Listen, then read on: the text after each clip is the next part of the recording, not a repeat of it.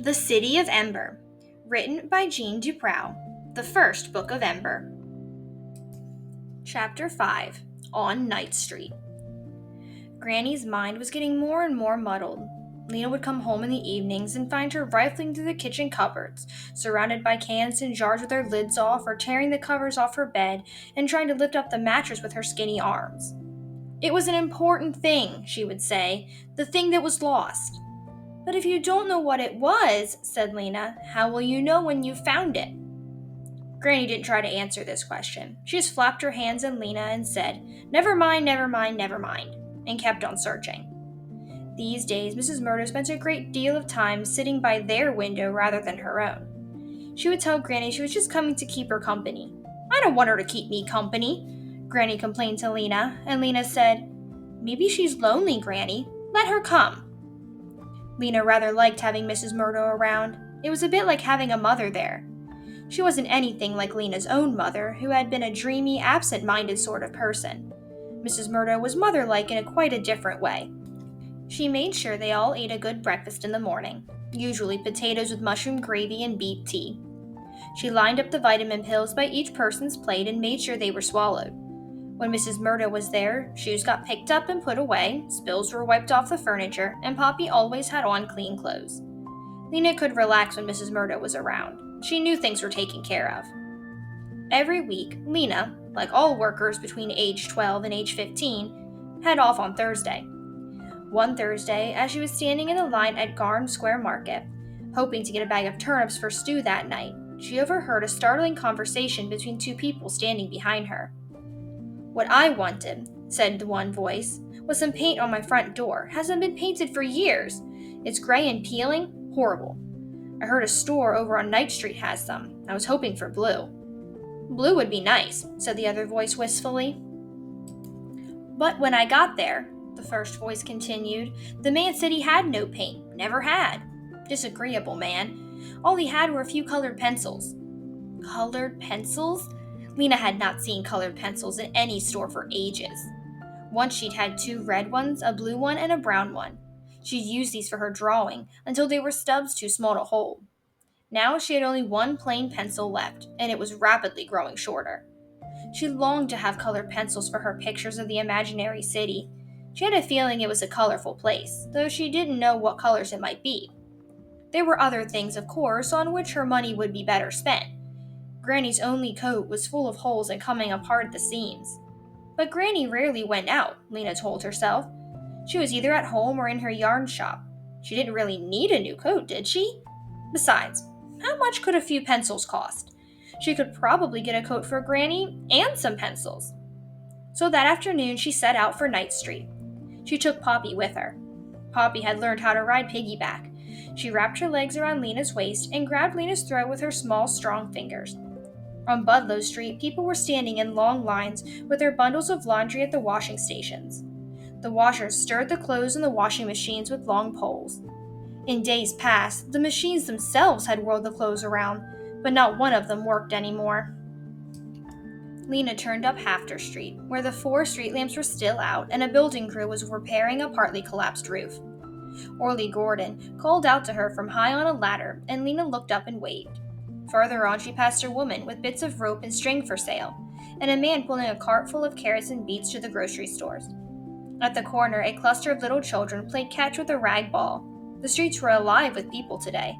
Moving fast, Lena threaded her way among them. But as she went into Otterwell Street, she saw something that made her slow down. A man was standing on the steps of the gathering hall, shouting and howling, and a crowd of people had gathered around him. Lena went closer, and when she saw who it was, her insides gave a lurch. It was Sage Merle. His arms flailed wildly, and his eyes were stretched wide open. In a high, rapid voice, he wailed out streams of words. "I have been to the unknown regions," he cried. "There is nothing there. Did you think something out there might save us? Ha! It's only darkness and monsters, and darkness and terrible deep holes, darkness forever. The rats are the size of houses. The rocks are sharp as knives. The darkness sucks the breath out of you. No hope for us out there. Oh no. No hope. He went on like this for a few minutes and then crumbled to the ground.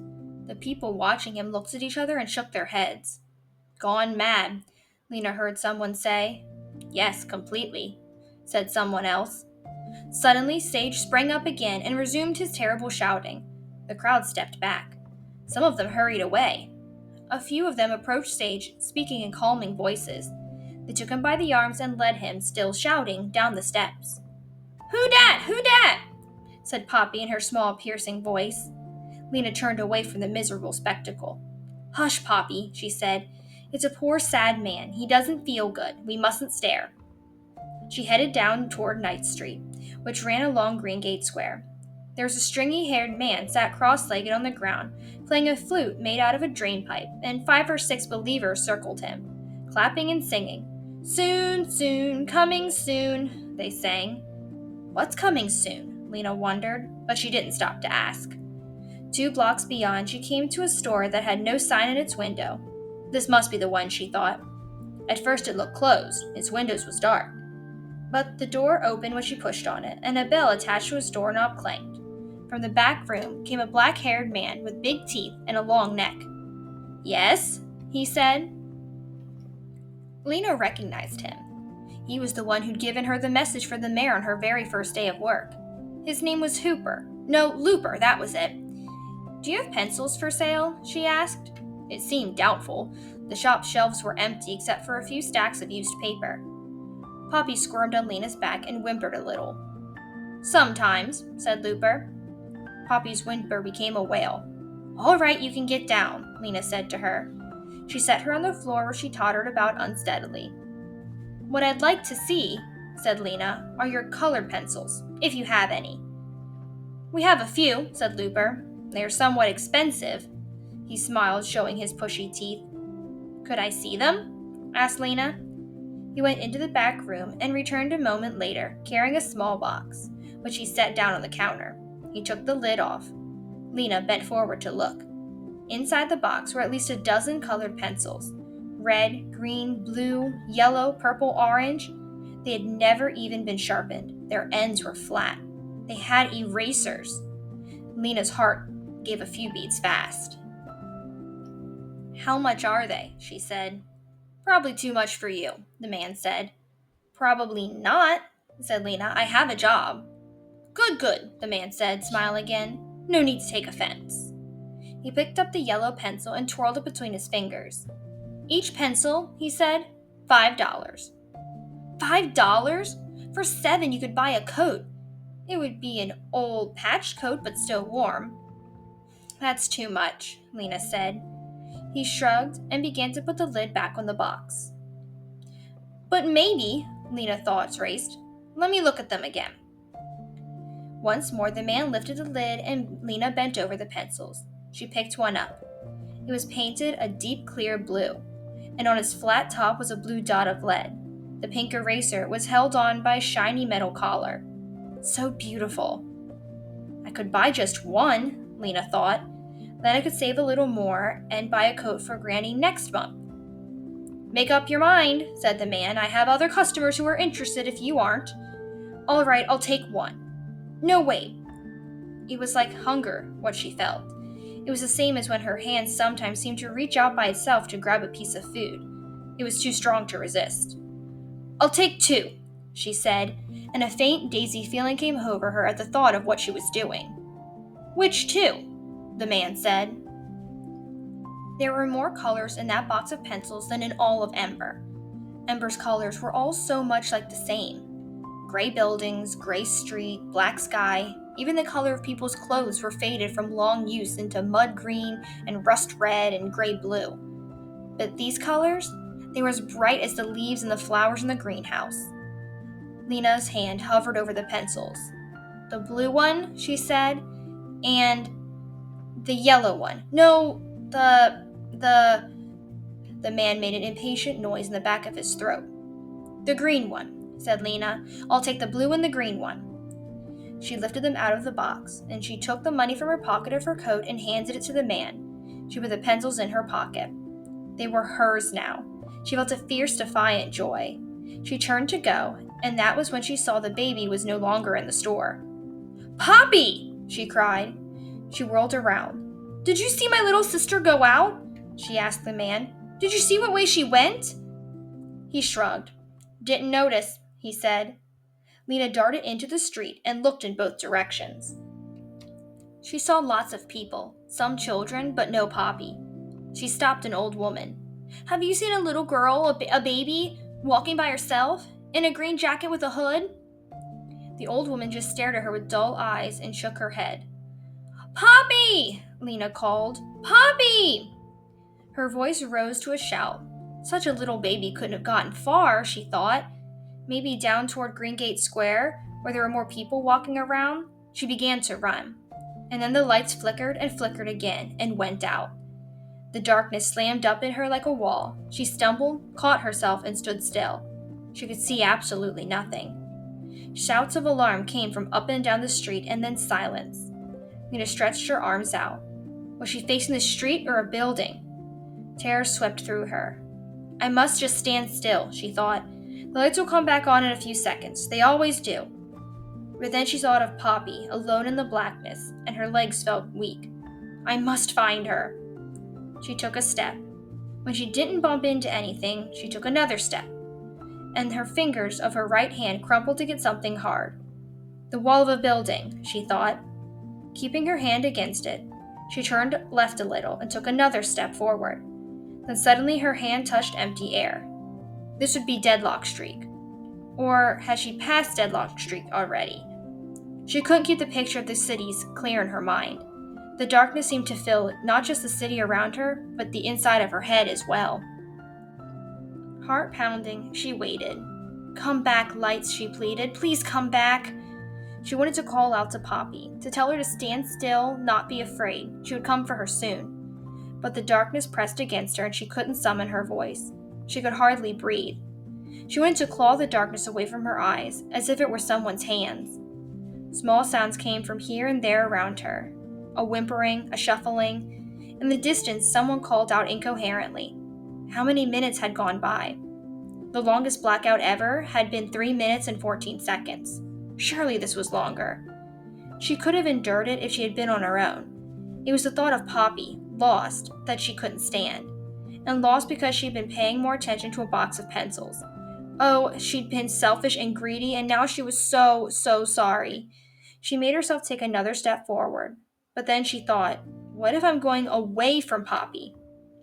She began to tremble, and she felt the sinking, dissolving feeling inside her that meant she was going to cry. Her legs gave way like wet paper, and she slid down until she was sitting on the street, with her head on her knees. Trembling, her mind a wordless whirl of dread, she waited. An endless time went by. A moan came from somewhere to the left. A door slammed closed. Footsteps started, then stopped. Into Lena's mind floated the beginning of the worst question. What if the lights never... She squeezed her arms around her knees and made the question stop. Lights come back, she said to herself. Lights come back. Come back. And suddenly, they did. Lena sprang up. There was the street again, and people looking upward with their mouths hanging open. All around, people started crying or wailing or grinning in relief. Then all at once, everyone started to hurry, moving fast toward the safety of home in case it should happen again. Lena ran toward Greengate Square, stopping everyone she passed. Did you see a little girl walking by herself just before the lights went out? She asked. Green jacket with a hood? But no one wanted to listen to her. On the B Street side of the square stood a few people, all talking at once and waving their arms. Lena ran up to them and asked her question. They stopped talking and stared at her. How could we have seen anyone? The lights were out, said Nammy Proggs, a tiny old woman whose back was so bent she had to twist her head sideways to look up. Lena said, No, she wandered away before the lights went out. She got away from me. She may have come this direction. You have to keep your eye on your baby, Nammy Proggs scolded. Babies need watching, said one of the women who'd been singing with the Believers. But someone else said, Oh, a toddler? Green jacket? He walked over to an open shop door and called, You have that baby in here? And through the door came someone leading Poppy by the hand. Lena dashed to her and lifted her up. Poppy broke into loud wails. You're all right now, said Lena, holding her tightly. Don't worry, sweetie, we're just lost for a moment. You're all right. I've got you, don't worry. and then she looked up to thank the person who'd found her. She saw a face she recognized. It was Dune. He looked the same as when she'd seen him last, except his hair was shaggier. He had on the same baggy brown jacket he always wore. She was marching up the street by herself, he said. No one knew who she belonged to, so I took her into my father's shop. She belongs to me, Lena said. She's my sister. I was so afraid when she was lost. I thought she might fall and hurt herself, or be knocked over, or... Anyway, thank you so much for rescuing her. Anyone would have, said Dune. He frowned and looked down at the pavement. Poppy had calmed down and was curled up against Lena's chest with her thumb in her mouth. And your job? How is it? Lena asked. The pipe works? Dune shrugged his shoulders. All right, he said. Interesting, anyway. She waited, but it seemed that was all he was going to say. Well, thank you again, she said. She hoisted Poppy around her back. Lucky for you Dune Hara was around, said Nammy Proggs, who had been watching them from a sideways glare. He's a good-hearted boy. Anything breaks in my house, he fixes it. She hobbled after Lena, shaking her finger at her. You better watch that baby more carefully, she called. You shouldn't leave her alone, the flute player added. I know, said Lena. You're right. When she got home, she put the tired baby to bed in the bedroom they shared.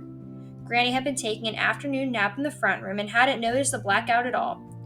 Lena told her that the lights had gone out for a few minutes, but she didn't mention anything about Poppy getting lost. Later in her bedroom, with Poppy asleep, she took 2 colored pencils from her pocket. They were not quite as beautiful as they had been.